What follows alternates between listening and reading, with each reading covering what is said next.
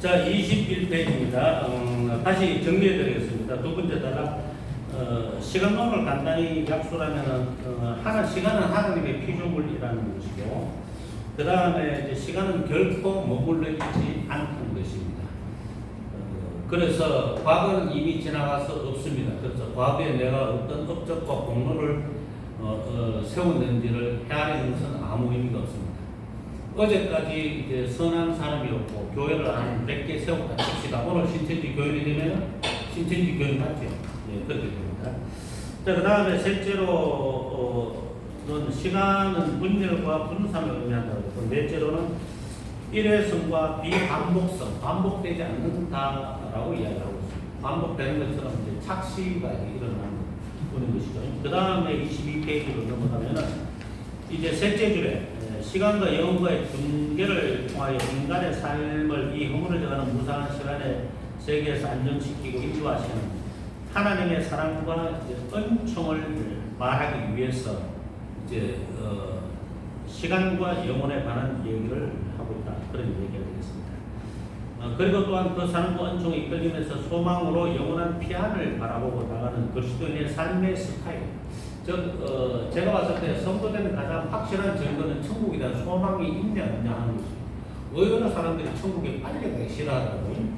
하나님은 우리들은 빨리 천국 오라고 그러시는데 우리는 빨리 가기 싫어가지고 어쨌든 조금 더 뒤에 조금 더 뒤에 자꾸 그렇게 이제 천국 가는 시간을 딜레이 시키는 경향들이 있더라고요. 그거는 좀 아닌 것 같아요. 그래서 천국에 대한 소망, 본향에 대한 소망, 이것이 할수록 그 사람이 성도다운 사람이다라고 이렇게 판단할 수 있을 것 같습니다. 그 다음에 이제 어거스틴의 이제 사상은 행복론으로 이제 특징짓기도 한다라는 얘기를 하고 있고, 23페이지로 넘어가면 셋째 줄에 시간은 항상 지나가는 것이므로 그 안에서 사는 인간은 항상 무상, 불안정, 흩어짐과 분열을 경험하게 된다라고 했습니다. 항상 그렇죠. 우리 마음이 항상 일정하지 못하고 분산되고 분열되고 쪼개지고 흩어져가지고 나중에는 도대체 마음속에 어떻게 짠다라는 그런 생각이 들 때도 굉장히 많잖아요. 심지어 설교 준비할 때도 이거 할까 저거 할까 하고 이러다가 해결되고 막. 자, 그 다음에 2장 어거스틴의 사상적 특색입니다. 아직 본론을 들어가는 게 아니기 때문에 이제 좀 스킵하면서 지나가도록 하겠습니다. 우리는 철학과 신학 사상의 공헌한 위대한 사상가들을 대개 두 종류로 나누어서 생각할 수가 있습니다. 하나는 아리스토텔레스, 토마스 아퀴나스, 칸트, 헤겔과 같은 체계적인 학문을 완성한 사람들이고 또 하나는 소크라테스, 플라톤, 파스칼, 케고라와 같은 사람들, 즉 학적인 체계를 완성한 사람들이라기보다는 위대한 학문의 작업자들, 예민한 감수성과 통찰력을 가지고 생애 문제와 실험하며 그 문제 해결을 위해 심각한 암시를 남긴 사람들. 전제의 경우는 사상의 세부 요소에 미치기까지 그 사상의 근본적인 원리가 논리적으로 일치되도록 조직되고 전개되어 거대한 사상적인 체계와 조직을 이룬 것이고, 후자의 경우는 어떤 근본 원리에 대한 확신이 그 사상의 세부 요소에까지 침투되고 또한 그것을 조명해 줌으로써 우리 생의 문제를 해결해 갈 수 있도록 자극과 통찰력을 준 것이다. 전제를 체계화라고 말한다면 후자를 체계라고 말할 수 있다. 저 어거스틴이 이제 체계를 완성한 사람이죠. 계속 보는 사람들마다 어거스틴의 이제 저작을 보고 다른 이야기가 나오거든요. 여러분들께서 혹시 상담 심리학을 이제 공부하신 분이 계신지는 모르겠지만, 심리학의 상당 부분이 고백록에서 많이 훔쳐왔습니다. 고백록에 나오는 내용들 굉장히 많이 가져왔습니다. 그 심리학의 창시자가 누구지 생각 안 납니다.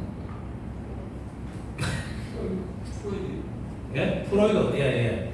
뭐 프로이드도 그렇고 프로이드의 제자들도 그렇고 유명한 심리학 아들들도 그렇고 아무튼 많은 심리학자들이 하는 말이 이제 그 고백록에 있는 내용을 그대로 따가는 경우들을 제가 참 많이 보게 됩니다. 그래서 이제 고백록을 이렇게 이 책을 정말 열심히 공부하시면 심리학하고 맞닿아 있는 부분들 되게 많이 있습니다. 자, 그렇습니다. 그래서 이제 어거스틴은 체계를 완성한 사람이다. 샘물이다. 이제 그렇게 볼 수 없겠죠. 자, 제일 밑에 따라입니다. 그렇다고 해서 어거스틴의 사상에 어떤 구조가 없는 것은 아니다. 그의 여러 책을 꿰뚫고 있는 의도와 관점, 그가 사변적 능력과 예민한 직관력을 가지고 문제의 핵심을 향해 접근해가는 풍부하고도 창조적 그의 생각의 움직임 속에서 그의 사상적인 어떤 체계를 엿볼 수 있다. 그러므로 오티스는 어거스틴의 철학을 닫혀있는 체계가 아닌 열려있는 체계라고 말했다. 그렇게 이제 많은 사람들이 어거스틴의 책을 볼 때마다 마치 성경처럼 이제 다른 각도로 많이 보게 된다. 성경이 뭐 딱 한쪽으로만 해석할 수 있는 게 아니잖아요. 예, 상황이나 또 환경에 따라 가지고 다양하게 이제 성경이 적용되는 경우들이 많은 것처럼 이제 어거스틴의 책이 성경만큼의 그 텍스트의 권위를 가진 건 아니지만 그 다음에 이제 권위를 가진 책이라고 볼 수 있습니다. 기독교인들한테는 뭐 성경 이상의 권위를 가진 책이 없습니다. 성경만이 가장 중요하죠. 여기에서 가톨릭과의 차이를 볼 수가 있는데 가톨릭은 성경의 권위가 넘버원이 아닙니다. 가톨릭의 넘버원의 권위는 교회의 권위, 교황의 권위가 넘버원이고 그 다음에 성경의 권위입니다. 그래서 교회가 성경을 결정했다 이렇게 나가죠. 그런데 이제 프로테스탄트 교회는 그게 아니고 하나님이 성경을 결정해서 우리에게 성경을 주셨다. 그래서 성경의 권위가 교회가 수용했다, 받아들였다, 순종했다 이래 나가는 거죠. 그래서 성경의 권위가 제일 먼저고 그 다음에 이제 교회의 권위가 그 다음 밑이기 때문에 이제 성경이 없는 말을 하면은 성경을 또 잘못된 해석을 하면은 전부 이단이 됩니다. 예, 그게 이제 가톨릭하고의 이제 어마어마한 차이입니다. 그럼 우리가 맨날 가톨릭을 욕해봐야 소용없습니다. 걔네들 교회의 권위가 넘버원이기 때문에 교회가 성경을 결정한다 이렇게 나가거든요. 예, 그렇습니다. 그 다음에 제일 밑에 단락입니다. 이 점에서 어거스틴은 26페이지 제일 밑에 단락. 이 점에서 어거스틴은 같은 북아프리카 출신의 교부에서 산속의 터툴리안과 입장을 달리한다. 터툴리안은 신앙의 길로 들어선 후에는 나는 불합리하기 때문에 믿는다는 표하에서 모든 이방 철학을 반대했고 또한 철학적인 추구마저 버렸다. 이 터툴리안이 이제 삼위일체라는 용어를 맨 처음 썼다고도 이제 알려지고 있는데요. 말하자면 무조건 믿어라. 뭐 이런 식인 겁니다. 터툴리안은 완전히 옛날 보수적인 그런 이제 목사님들이 하시던 말씀 무조건 믿어라. 이해할 필요 없다. 그런 식이었죠. 터툴리안이 그런 식이었는데 이제 어거스틴은 그게 아니고 그러나 어거스틴은 이방 철학까지도 수용하여 그리스도교 신앙을 해석하려고 계속 시도했고 그리스도교 신앙의 내용을 더 깊이 이해하려고 계속 추구했다. 그는 알기 위해서는 믿어야 한다고 말했지만 또한 믿기 위해서는 알아야 한다고 말한 자이기도 한다. 요것 때문에 이제 계속 중세 스콜라 신학자들도 계속 이제 이 논지를 따라갑니다. 게다가 이제 어거스틴의 고백록 책을 보면 교육주의자가 안 될 수가 없습니다. 책을 읽으면 저절로 그렇게 됩니다. 그래서 중세기에 타락한 로마 가톨릭을 개혁시키려고 몸부림쳤던 사람들도 하나같이 어거스틴 계획에 수도원에서 공부를 했던 사람입니다. 어거스틴을 공부했던 사람들이 개혁자들이었습니다. 그 사람들이 결국은 종교개혁을 주도하게 되고요. 그래서 이제 이 어거스틴의 사상의 어떤 깊이는 고백록에는 책 문장에 담겨 있습니다. 어떻게 하면 겸손하게 기도할 수 있는가 하는 이런 것조차도 어거스틴이 고백록에서 사실 고백록은 기도문인데 그걸 다 가르쳐 주고 있습니다. 그러니까 뭐 예를 들어서 나의 잘못은 오로지 내가 한 것이며 내가 행한 선은 하나님 당신께서 내게 주신 은혜입니다. 이런 식으로 기도하죠. 네. 그러니까 내가 저지른 죄는 내가 잘못한 것이고 내가 행한 선은 하나님 당신이 내게 주신 은혜입니다. 이렇게 이야기합니다. 그런 기도를 가르쳐 줍니다. 책이 몇 권 없는데 뭐 달라는 분이 아무도 안 계십니까?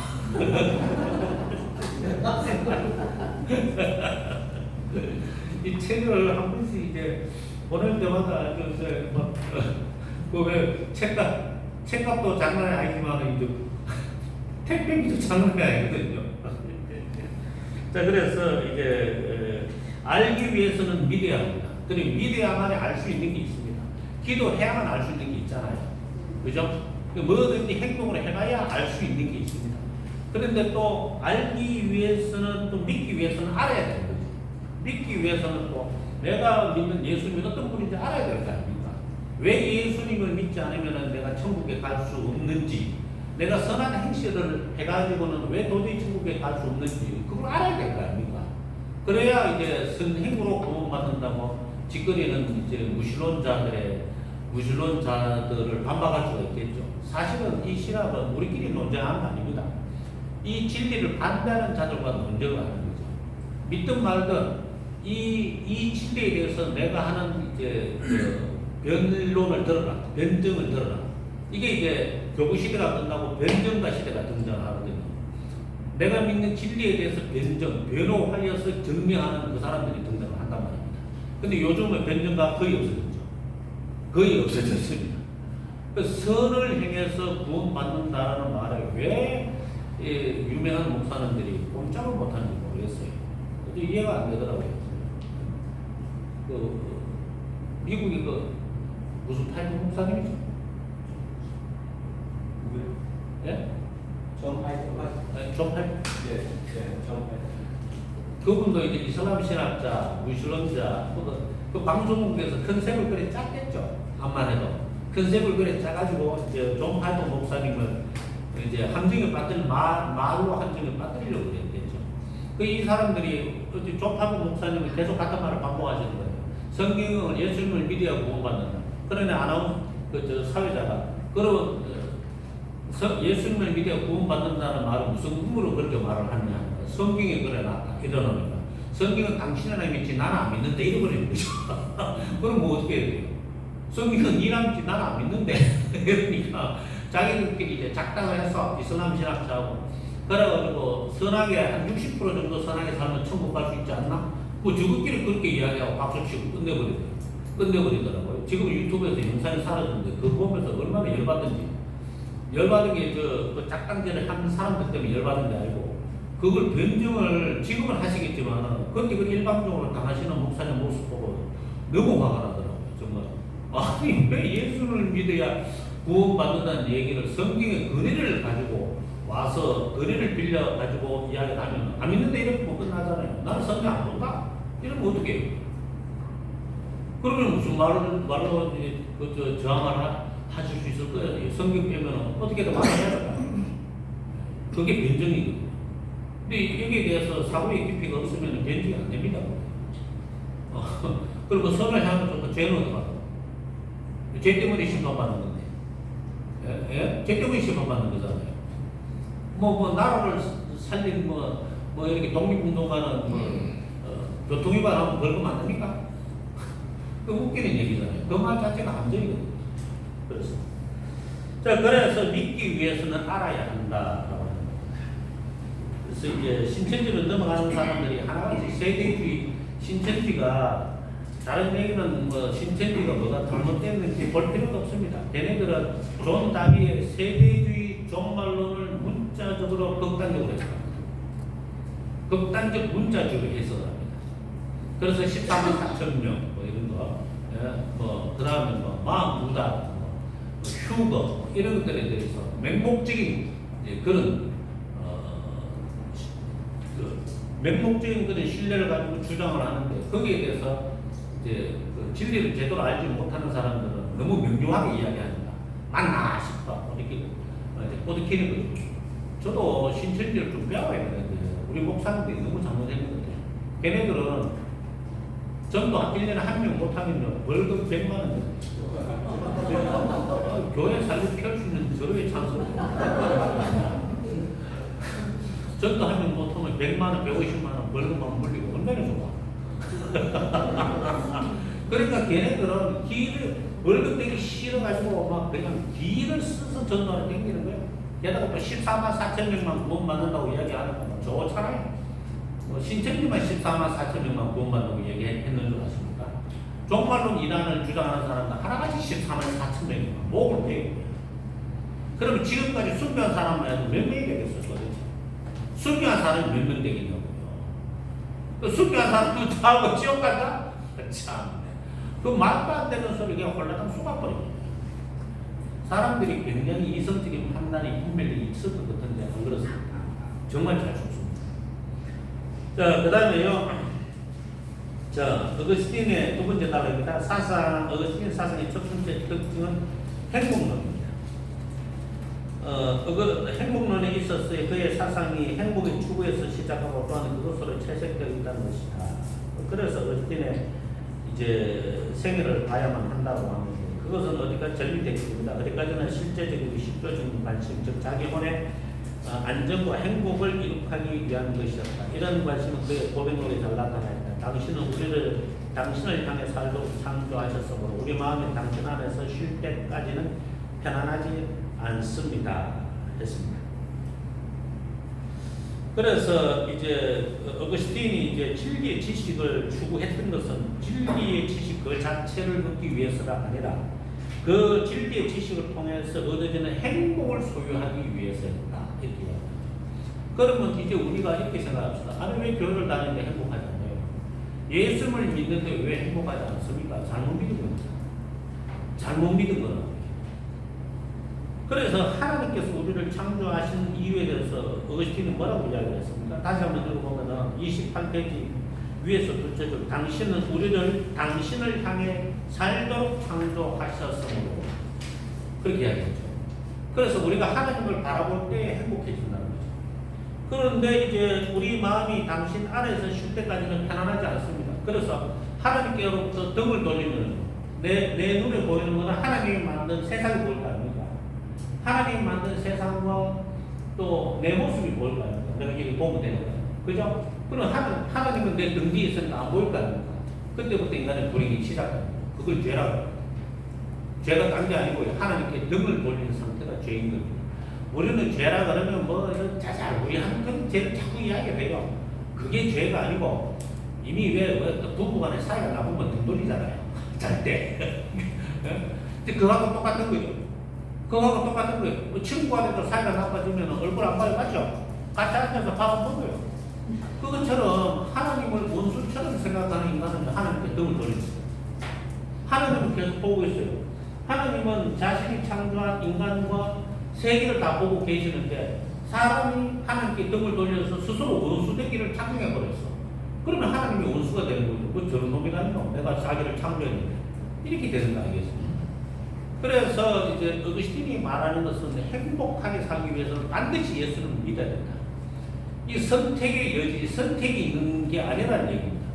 예수를 믿는 것은 선택이 아니에요. 행복하기 위해서는 무조건 예수를 믿어야 돼요. 그러면 예수를 믿지 않으면 당연히 불행한 인생을 살 수밖에 없죠. 행복한 것처럼 보여도 천국이 이제 담보되지 않은 행복이 무슨 행복입니까? 천국이, 그건 이제 신의 독서에서 그 이야기가 나옵니다. 천국을 소유하지 못한다면 행복할 수 없다. 진정한 행복은 천국을 소유한 자에게서 출발한다고 했죠. 그러니까 제일 얄미운 인간이 그거 있잖아요. 천국도 가고 잘 먹고 잘 살고 이 세상에서 아무 염려 근심 걱정 없이 돈 걱정 안 하고 잘 먹고 잘 살고 죽어서 천국도 가고 예? 뭐 그런 인간들이 다 있고 삭개오 같은 인간 그죠? 예? 예수님께서 오늘 이 집에 구원이 이르렀느라 하는데 삭개오는 자기 재산의 절반을 가난한 자들에게 나눠주고 누구에게 토식한 일이 있으면 5배나 갚겠나이다. 그런 것도 돈이 많아. 그러니까 이 뭐야 이거 삭개오는 뭐 또 바나바나 막아도 그렇잖아요. 구부려서 1, 2위로 다투는 부자가 예수님을 만나 뜨겁게 전도 생활을 하면서 집에 가면은 마가 다락방이 120명이 들어가도 남을 정도로 크고 진짜 누구는 어디 빈민의 아들로 태어나가지고 쫄쫄 굶고 살다가 예수님 겨우 믿었는데 그게 제일 불행한 사람은 이 세상에서 정말 비참하게 살면서 죽어서 지옥 가는 사람. 그래서 제가 항상 이제 성도들한테 드리는 말씀이 있죠. 당신들은 어차피 부자 되기는 걸렸다. 부자 되기 걸렸다. 교회가 부자 되네. 어떻게 하면 부자가 되겠노? 로또 먹고 사가지고 기도해가 부자 되나? 그 20억 받는다고 부자, 20억이 부자의 기준인 줄 알아? 눈 감고 떡 뿌리면 20억 없어져 버립니다. 아니, 그러면 도대체 하나님이 로또 사는 누구의 기도를 들을 줄 알아? 우리 사부도 로또를 사는데. 우리 권사님도 로또를 사고, 우리 집사님도 로또를 사고, 다 로또를 사는데 누구의 기도를 들어줘야? 예? 아니 누구의 기도를 들어줘가지고 부자를 만들어줘야? 또 하나님께서 우리에게 예수를 믿는 믿음을 주신 것이 부자 되도록 하시기 위해서입니까? 아니잖아요. 심판에서 건져주시는 거잖아요. 그게 제일 목적이잖아요. 근데 왜 자꾸 예수님 믿고 부자 되게 해달라고 부자 될 것처럼 생각을 하게 만들어요? 그거는 그렇게 가르치는 것은 저는 세속적이고 기복적인 신앙을 전수하는 것밖에 안 된다고 생각합니다. 아닙니다. 천국입니다. 그냥. 예수님 믿는 가장 큰 목적은 심판을 면하고 천국에서 영생토록 영원한 복락을 누리는 것. 예? 하느님을 영원히 이제 관상한다는 표현을 쓰는데 달리 쓸 말이 없다 보니까 관상. 하나님을 천사들처럼 선한 천사들처럼 하나님을 집중해서 바라본다. 이런 뜻이 되겠죠. 그러기 위해서 이제 예수를 믿는 믿음을 주신 것이지. 우리가 예수를 믿어서 병 고치고 사업 잘 되고 부자가 돼가지고 그건 아닌 것 같습니다. 암만 생각해도 그건 아닌 것 같습니다. 그래서 이제 하나님께서 우리가 이제 평안하게 살도록 행복하게 살도록 우리를 창조하실 때 하나님을 바라보고 행복하게 살도록 하셨기 때문에 우리는 전도서에 이제 3번, 4번 반복된 이 말씀을 기억해야겠죠. 먹고 마시며 선을 행하며 낙을 누리는 것보다 더 큰 복이 없나니. 전도서의 그 말씀이거든요. 여러 번 반복했습니다. 먹고 마시며 선을 행하며 낙을 누리는 것보다 더 나은 복이 없습니다. 그러니 여러분이 즐겁게 살지 못하면 그거 잘못 사시는 겁니다. 하나님이 주신 인생을 잘못 사는 거예요. 목회도 재미있어야 돼요. 물론 중간중간에 기복의 법칙이 작용하죠. 밑으로 내려갔다가 올라갔다가 하지만 평균적으로는 늘 감사하는 마음으로 즐거워야 돼요. 교회 다니는 게 즐거워야 되지. 교회 가는 게 전투하러 가라면 되겠습니까? 오늘 교회 가서 전투하고 와야지. 네? 그런 식으로 교회를 다니면 그 사람 정말 불행한 사람이에요. 불행한 사람. 그리고 목사님들도 이제 정말 행복한 마음으로 설교를 하셔야 되지. 자꾸 이렇게 자기도 하나님의 말씀을 안 들으면서 성도들 보고 막 하나님 말씀 안 듣는다고 그렇다면 성도들 마음 편하겠습니까? 맨날 꾸지람이나 들으면. 아니 솔직히 목사님들도 하나님 말씀 잘 안 듣잖아요. 안 듣던데. 한국도 하나님 말씀 잘 안 듣고. 네? 오히려 카톡에다가 오히려 이상한 성경 글씨 올려가지고 이게 당신 모습이다. 하나님의 말씀을 정비의 도구로 씁니다. 그러시지 마세요, 제발. 하나님의 말씀을 그런 식으로 악용하시면 벌받아. 사랑은 허다한 허물을 덮느니라. 잠언에도 나오지만 신약에도 또 나오잖아요, 그죠? 그러니까 사랑은 허다한 허물을 덮어주는 게 사랑인 겁니다. 관용과 용납과 이해를 해주고 내가 먼저 져주는 것.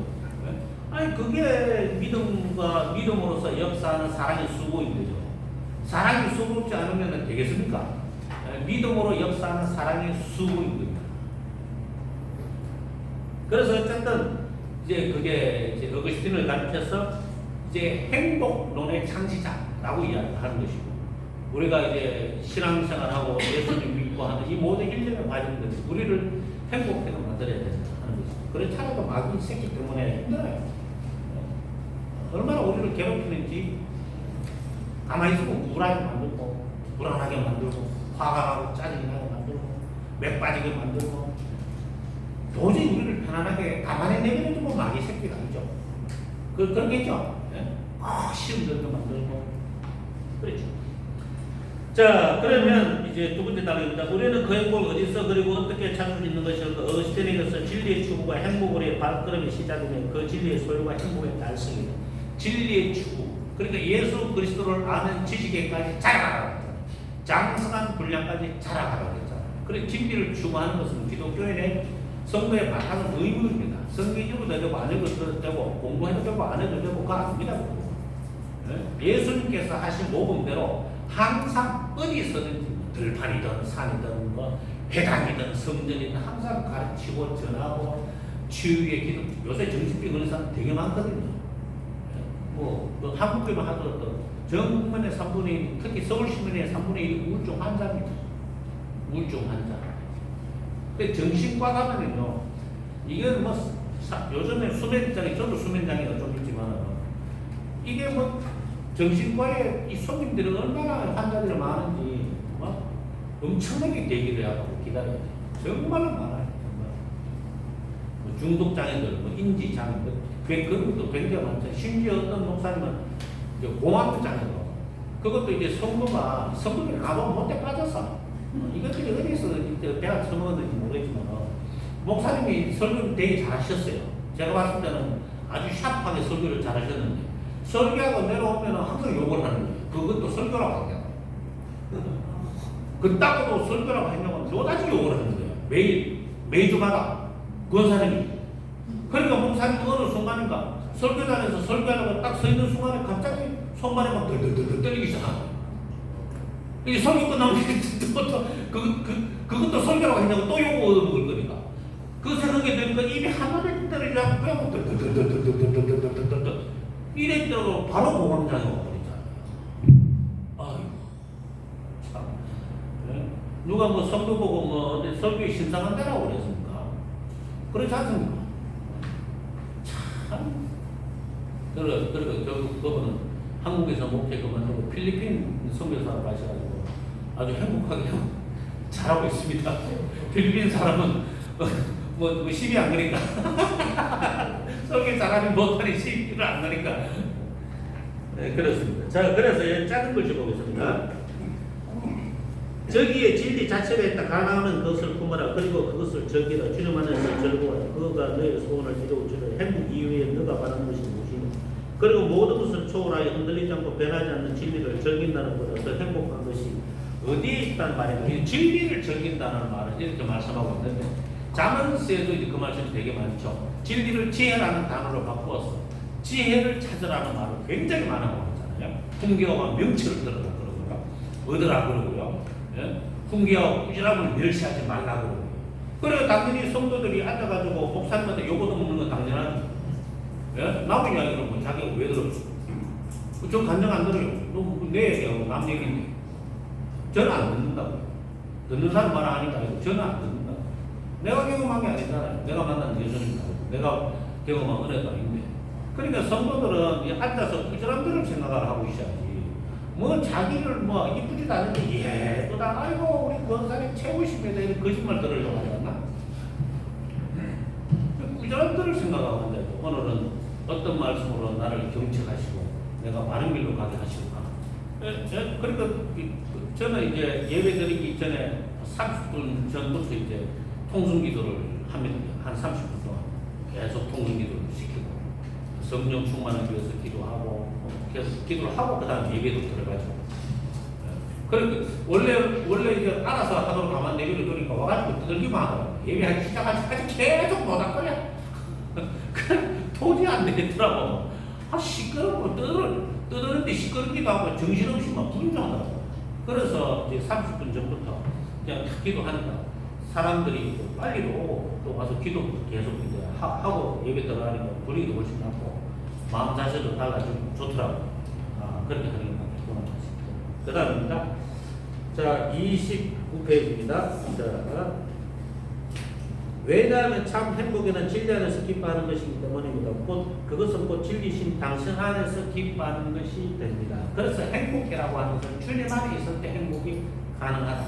이것은 선택이 아니고 필수적인 것이다. 행복하기를 원하는 사람, 주님 안에 있으라. 진리를 찾으라. 이렇게 이야기합니다. 근데 행복은요, 가난한 캄보디아 사람들도 다 행복하기를 원합니다. 그 행복을 어떻게 하면 행복할 수 있느냐 하면 돈 이야기 먼저 끄집어 내겠지만 하도 가난하게 삽니다. 돈이 자기를 행복하게 해주는 거지만 사실은 그렇지 않습니다. 이 고백력을 보면은 거지가 제일 행복하다. 바라는 게 없거든. 거지는 바라는 게 배부르고 그 술 한잔 얻어먹고 딸딸하게 취해가지고 내려가 들고 저 있으면 최고로 행복하거든. 거지가. 근데 우리는 바라는 게 너무 많잖아요. 안 그래요? 바라는 게 많잖아요. 바라고 있는 게. 네? 아예 이제 앞을 못 보는 사람 같으면 바라는 게 되게 단순해지겠죠. 앞을 못 보니까. 그렇죠? 근데 뭐 이제 온몸이 건강하니까 바라는 게 너무 많아져. 바라는 게 너무 많아지니까 마음이 너무 힘들어. 바라는 만큼 마음이 힘들지.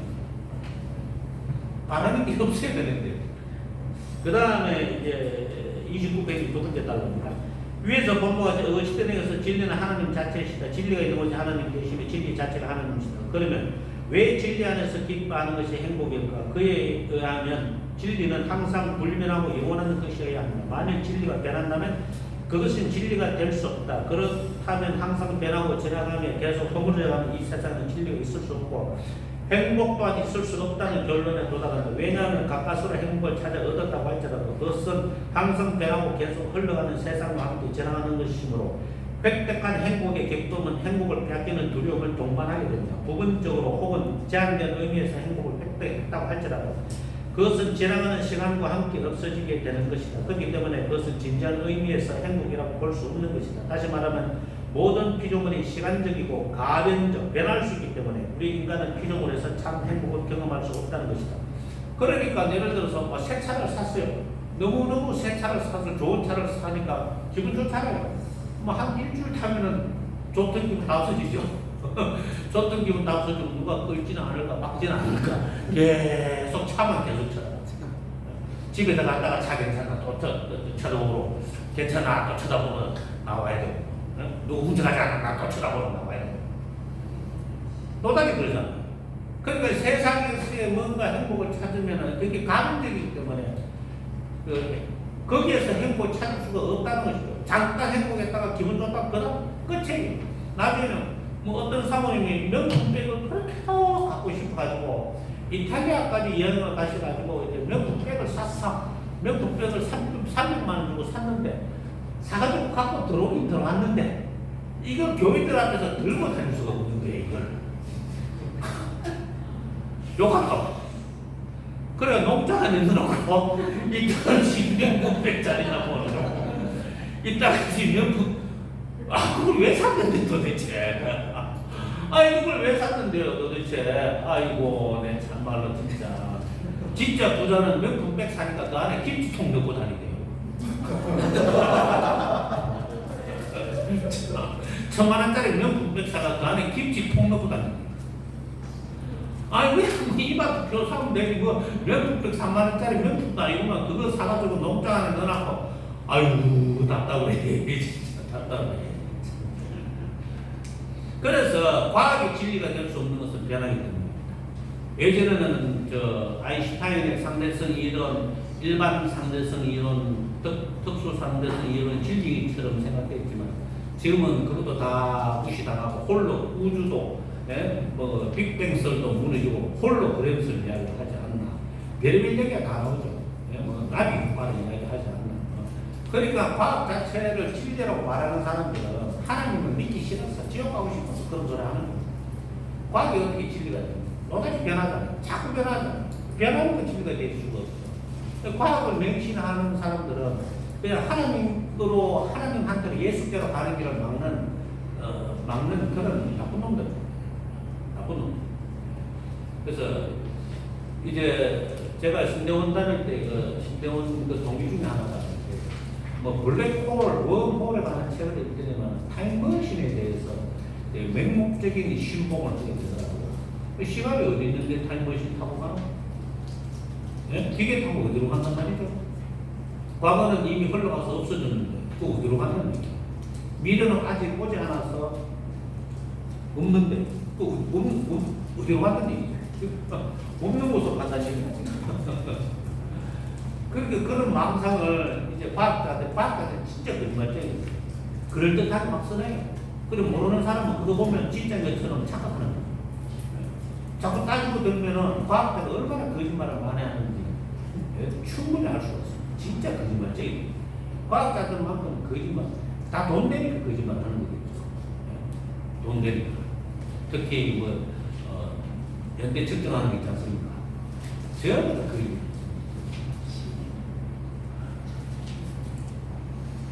자, 그래서 어쨌든 그렇습니다. 그래서 다음은 변하는 것에서는 행복을 찾을 수 없다 하는 그런 얘기고요.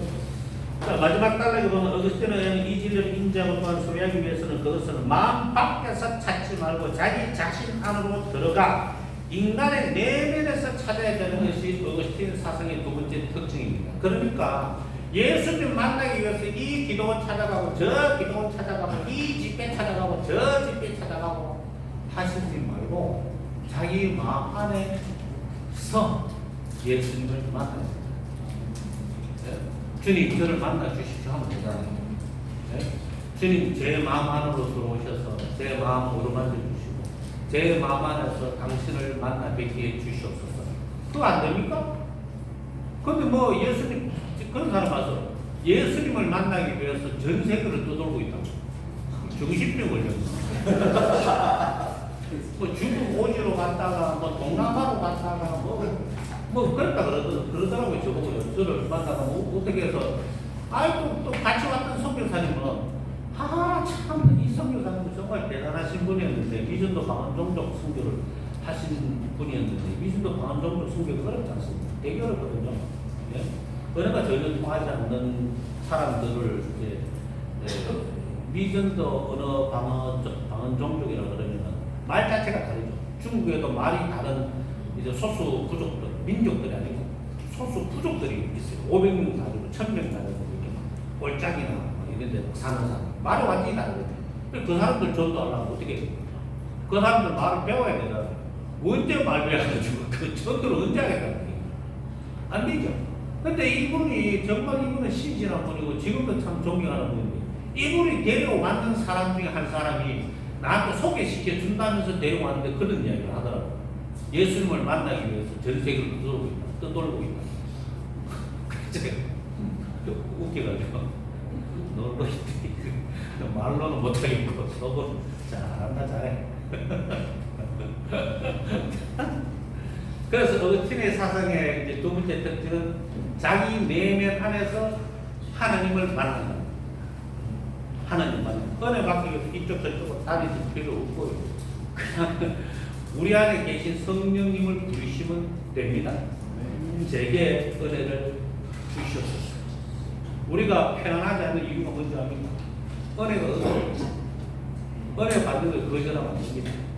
그래서 이제 바울 서신에 보면은 히브리서도 바울 서신으로 이제 추측하는 신학자들이 있는데 어쨌든 히브리서를 빼고 모든 바울 서신에는 은혜와 평강이 너희에게 있을지어다 두 단어가 꼭 따라가.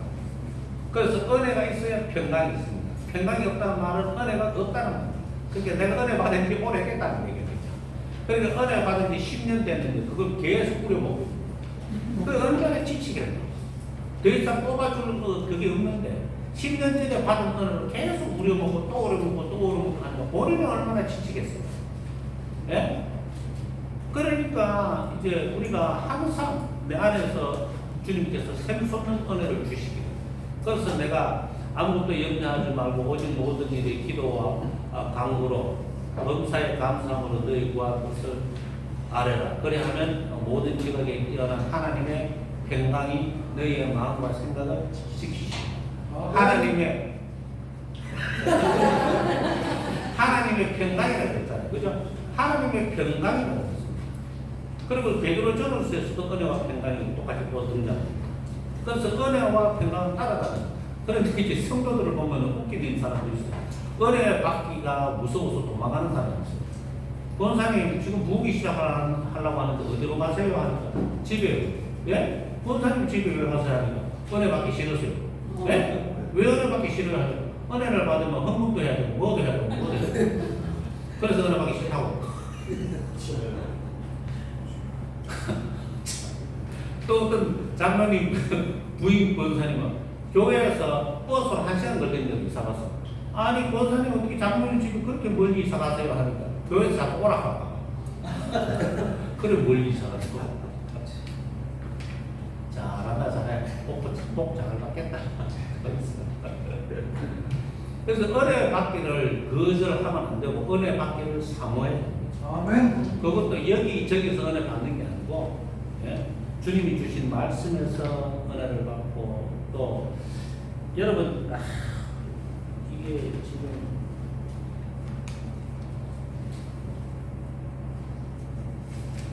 요 이야기는 말씀을 드리겠습니다. 저희 교회가 3은 교회입니다. 3, 석상자, 은의 은이 아니고 말씀 은자입니다. 그 의미가 뭔지 아십니까? 하나님의 말씀에는 세 가지가 있습니다.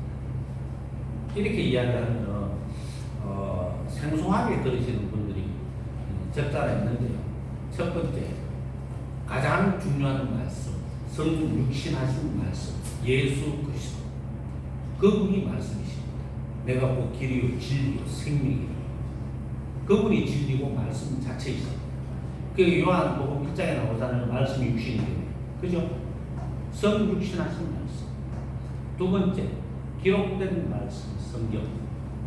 세 번째, 선포된 말씀, 설교. 그러면 선포된 말씀, 설교단에 서서 설교했다고 다 하나님 말씀 아니죠? 아닙니다. 기록된 말씀에 제한이 맞습니다. 기록된 말씀 밖으로 벗어나는 말씀은 말씀이 아닙니다. 이단도 개혁, 개정 성경 씁니다. 그거는 사탄의 성경입니다. 이단에 쓰는 성경, 하나님의 말씀이 아닙니다. 그거는. 마귀도 하나님의 말씀을 인용했잖아요. 그 사탄이 지입으로 말한 거잖아요. 그죠?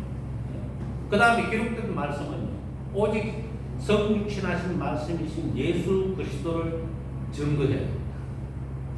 이것을 벗어나는 말씀은 말씀이 아닙니다. 가치가 없습니다. 성경이라.